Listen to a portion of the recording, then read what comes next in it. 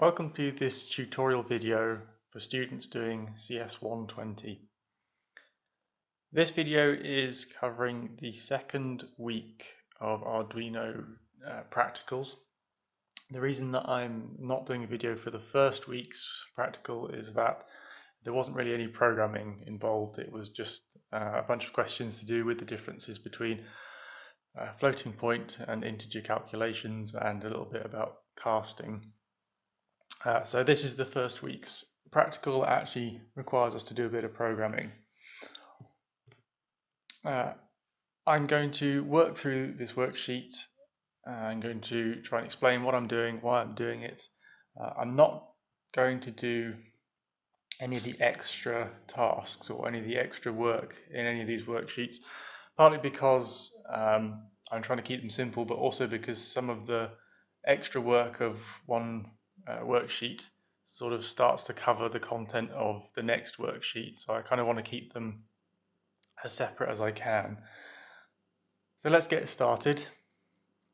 Practical 2. The scenario is a triathlon event which consists of swimming, cycling and running. Worksheet says that each of these events is timed, who normally add up the results to find a total time taken by a particular competitor. Each event is recorded as hours, minutes and seconds. So we have to write a program that will take in hours, minutes and seconds for swimming, cycling and running and add them to give us a total. We've also been given a format that our output should look like. It says total time, colon, x hours, space, x minutes, space, x seconds with a full stop on the end. It's important to make your output match a format if you've been given it, particularly in applications where that format is then used to do something else, or if it's parsed, something like that. Having it in exactly the right format is very important. So let's get started. Task 1 is just to consider what data values you need to get from the marshals. Well, we know that there are 3 events, and we know that each event has hours, minutes and seconds. So 3 events, 3 times, that's 9 values in total we're going to need. What type are the values? Well, they're numbers, and since it doesn't say anywhere that we're going to be recording half seconds or anything like that, we can probably safely assume these are integers or whole numbers. The last bit of task 1 is just how might you store these inside your program. Well, we'll use variables. So that's the whole of task 1 done, and it's just designed to get you to think a little bit about the problem before you jump in and start programming. It's always a good idea to think about what you're trying to do before you start doing it, otherwise you very often end up in a horrible mess of code. So task 2 is write a program to read these values from the serial port and store them in the way that you chose in task 1. So we're going to read in 9 values and store them as integer variables. It also suggests that we tell the user what they're supposed to be inputting. For example, please enter the number of hours for the bike. And it gives us a little bit of code to use for reading values in from the serial port. So I will quickly write out that.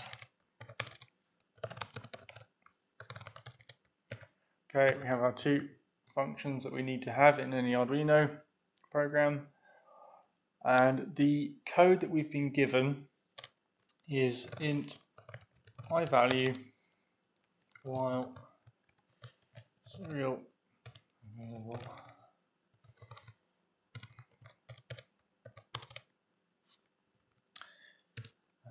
Okay, iValue is equal to serial.parseInt.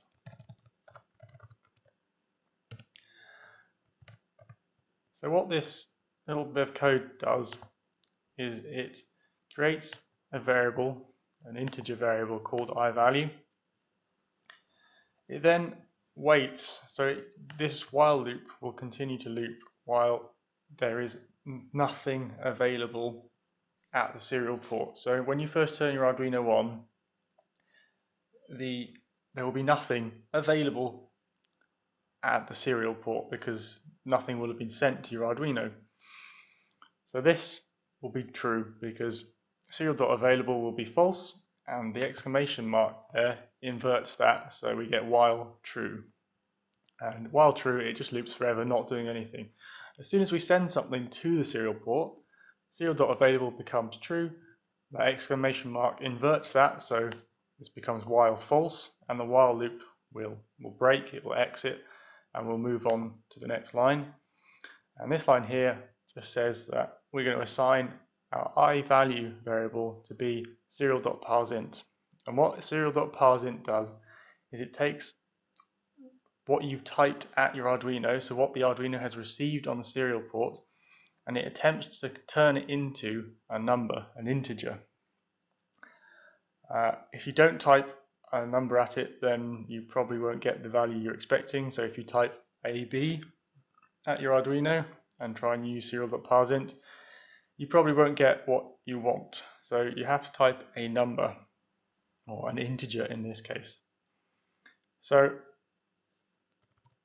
to test this, I first need to initialize my serial port. So serial.begin, give it a baud rate, and just to make sure that the program has gotten the value that I've typed at it, I'm just going to do serial.println and print out the I value variable. So hopefully, in fact, I'll just add a little bit of extra text here. So you entered, okay. So that compiles, yeah. So this program should not do anything until I type a number at it, and when I type a number in the serial monitor, then it will print that back to me. Now I just need to get my Arduino and plug it in.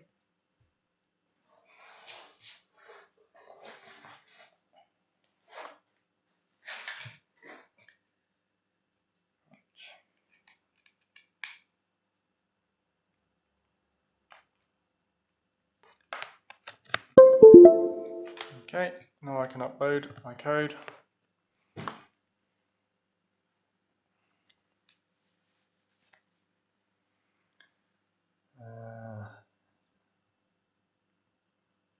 Seems a little bit unhappy. Why is that? Oh, I've got the wrong Arduino selected. Let's try again. COM7 is in use. Oh dear. So the Arduino environment can sometimes get a little bit confused with various USB ports and whatnot. Usually unplugging your Arduino and plugging it back in will fix it. And we get a problem uploading to board. Not quite sure why.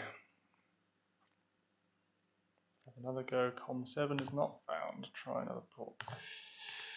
Okay, let's just unplug it and plug it back in. Try again. There we go. When in doubt, unplug it and plug it back in again.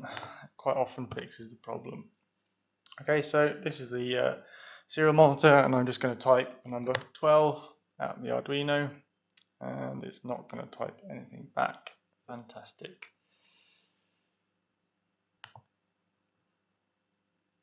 Why is that?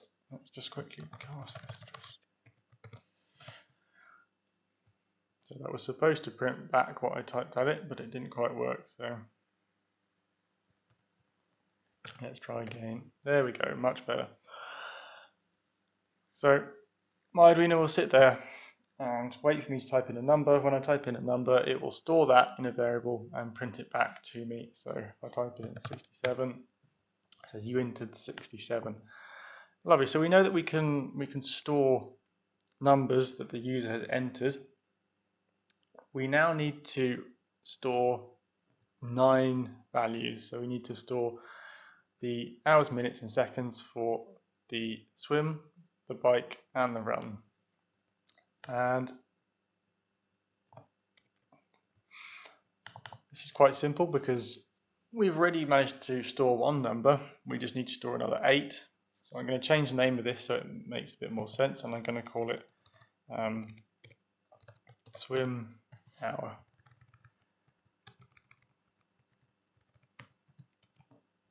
Like so. And I'm actually just going to copy and paste this another 8 times. 2, 5, 6, 7, 8, 9. And I'm going to change the name of the variable. So the first number that we read in is the swim hours, and then we want to read in the swim minutes. Like so, and then the swim seconds.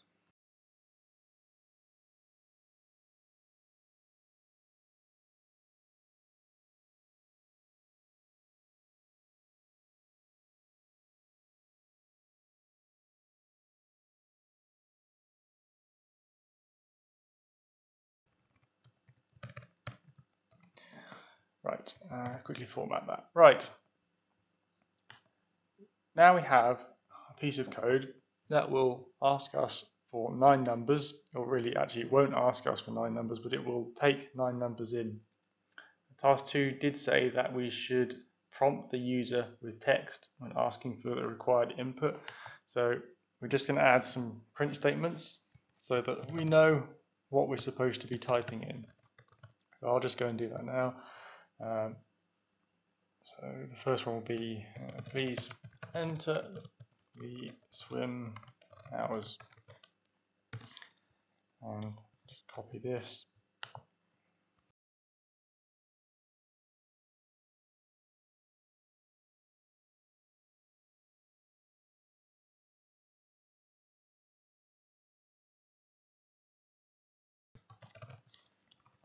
Now some of you might be thinking, why don't I use a function to do this, and this is all a bit messy, and you'll be right, it is a bit messy, and I probably should use a function, but the worksheet is designed in a way that we start with a very simple solution and we work towards things like functions. So I'm going to be following the worksheet as if I was doing them for the first time, because I don't want to confuse things. So we now added all of our print statements in. If I upload this code to my Arduino and run it, I should be asked to enter in 9 values, and it won't tell me anything when I've finished, but so here we go, we've got swim hours, swim minutes, blah, blah, blah, blah, blah, blah, and then it's finished, because it's not doing anything with those numbers. And I believe that is actually task 2 done. Task 2 is just writing in all those numbers. Task 3 says that we need to write the code to perform the arithmetic that is required by our chosen design. It hints that division and modulus might be useful. It then says to test our software to make sure that it outputs values correctly, and to consider that what if we enter in more than 60 seconds or 60 minutes, do those carry over as they should? And is our output in exactly the right format? So actually, before we print stuff out to the user, we should probably make sure that we don't have too many hours, too many minutes, and we should be making our total time for that event. Okay.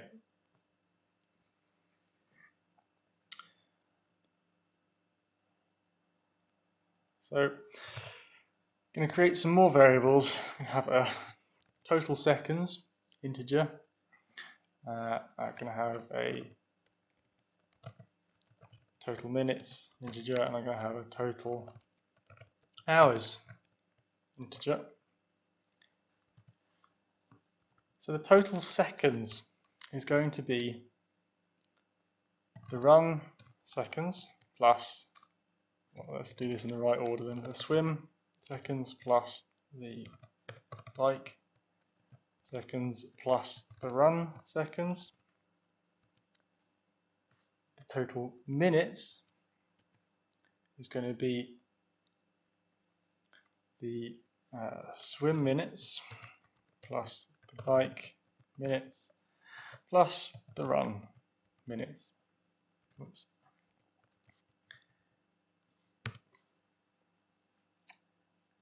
And the total hours is obviously going to be the swim hours plus the bike hours plus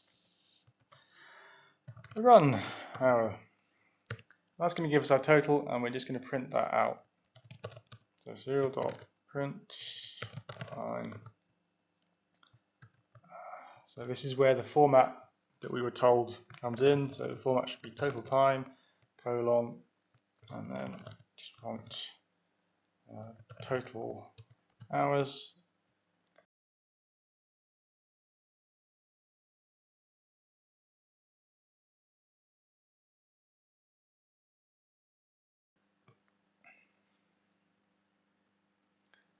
So I'll upload that to my Arduino and look at the serial monitor.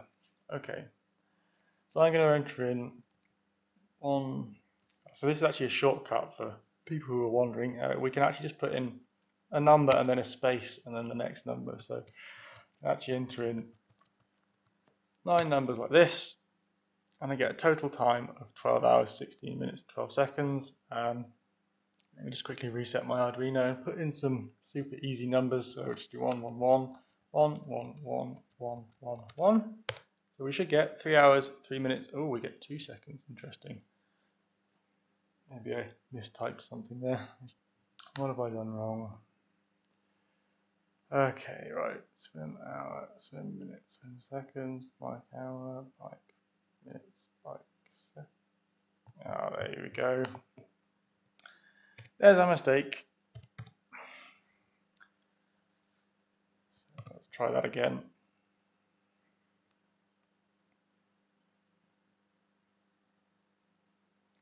So I actually just didn't change the name of that variable, so it wasn't adding them up correctly. So I'll try again.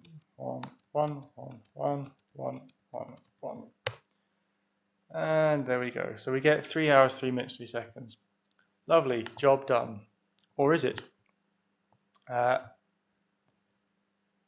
3 does say that some marshals might record their event times as, for example, 0 hours, 139 minutes, 25 seconds. If your software is performing correctly, it should handle this and still display the output in the required format. So we should test our program, see is this true. If I enter in 1 hour, 1 minute, 1 second, 1 hour, 1 minute, 1 second, 1 hour, let's say 1 minute, and let's enter in 129 seconds. So that is 2 minutes and 9 seconds. What does my program do? Doesn't quite work. So what we were hoping for was that it would take the 2 minutes from here and add them to the minutes and sort of make sure that the minutes and the seconds were never over 60. So how do we do it? Well, the total seconds is correct, but we need to work out if there are extra minutes in our seconds. Hopefully that makes sense. So if our seconds is greater than 60, then we've got a minute that we need to take away from our seconds and add it to our minutes. One way that we can do this is in our minutes total, we can add on the total seconds divided by 60. Now, if total seconds is 2, if If we divide that by 60, we get 0. So we actually don't add anything to our total minutes. If total seconds is 62, then 62 divided by 60 is 1. So we add an extra minute to our total minutes. Now, if we do that, we need to make sure that we then remove any extra minutes from our total seconds. Otherwise, we would have added a minute to our total minutes, but it would still be in our total seconds as well. So we would have just gained an extra minute. So what we can do is we can set total seconds to be equal to total seconds, so what it was before, but modulus 60. Now what modulus does is it returns the remainder after dividing by the second parameter. So if total seconds is 62, we'll start at the top here, then when we add all our minutes together, we do total seconds divided by 60, so 62 divided by 60 is 1, so we add an extra minute to our total minutes. We then set total seconds to be equal to total seconds modulus 60, so that would be 62 modulus 60, which is basically saying what is the remainder of 62 after dividing it by 60, and the answer is 2. So total seconds becomes 2.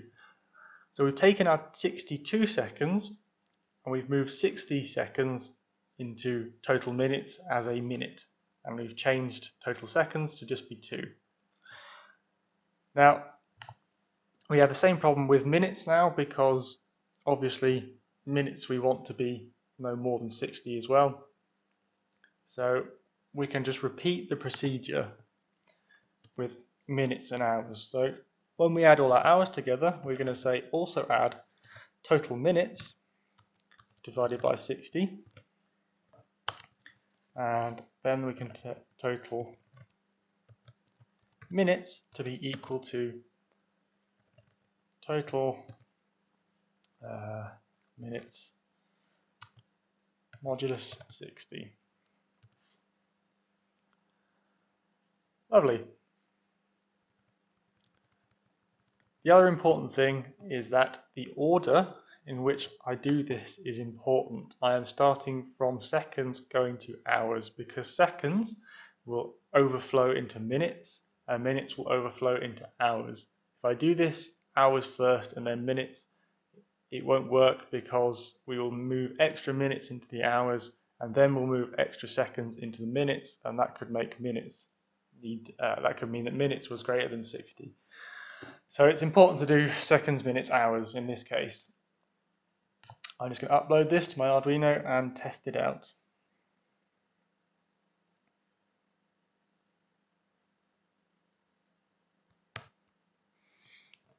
Okay, I'm just going to say 1 hour, 1 minute, 1 second. Let's say 1 hour, 63 minutes, and 63 seconds, and 1 hour, 72 minutes, 89 seconds. And there we go, none of our values are greater than 60. Well, the minutes and second values are not greater than 60. I can't remember what numbers I typed in, but I'm pretty sure they add up correctly. I can just test it again to make sure. Let's, for example, say 0 hours, 60,